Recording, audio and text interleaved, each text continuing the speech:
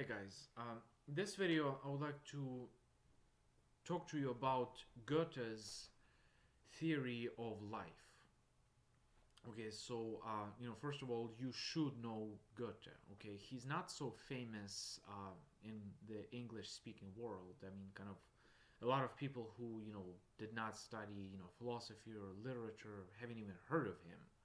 Um, in kind of European countries, he's much more famous. I mean, so Goethe, he's primarily known as a poet. I'm sure you heard his story, Faust. He was the guy who wrote it. I mean, his version is the most famous one.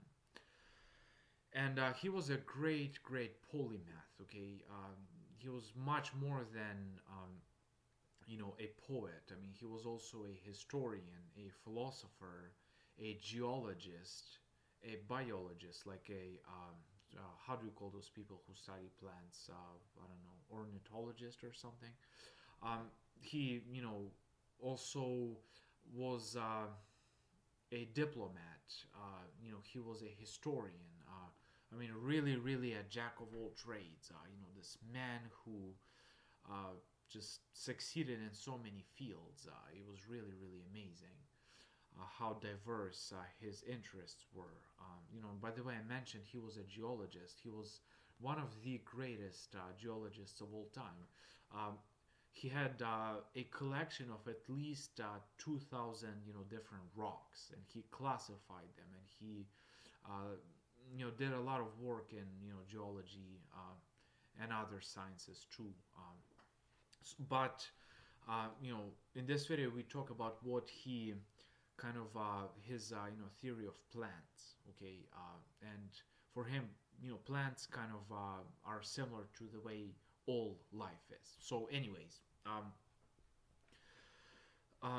first of all, for Goethe, kind of like for Bergson, life and matter are different. Okay, you cannot reduce life to just chemical substances. Okay, there is something more to it.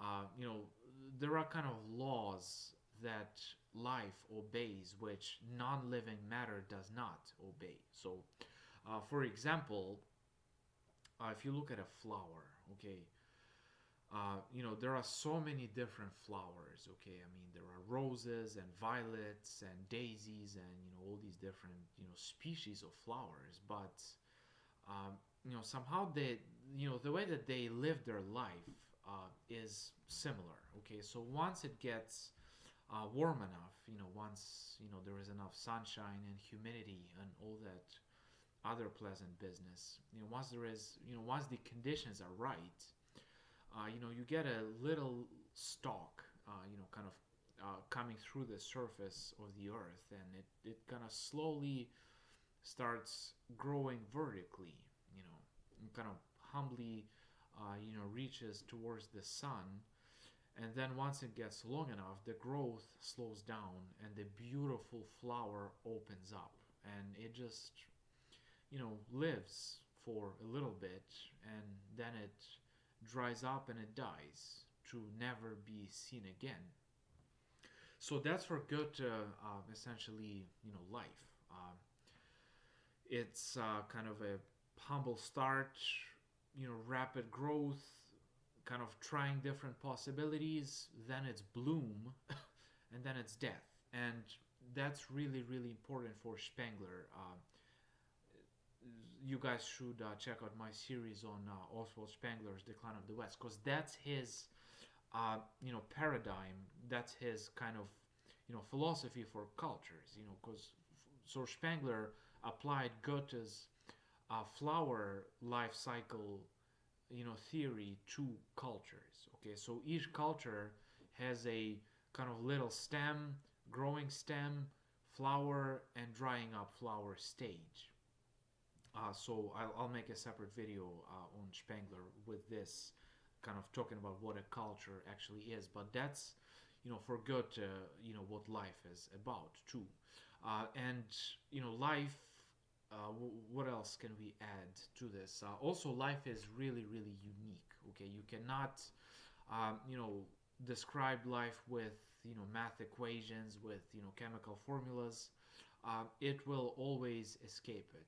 Life is creative, it's always original. To a great extent, Goethe's theory of life is similar to Henri Bergson's theory of life.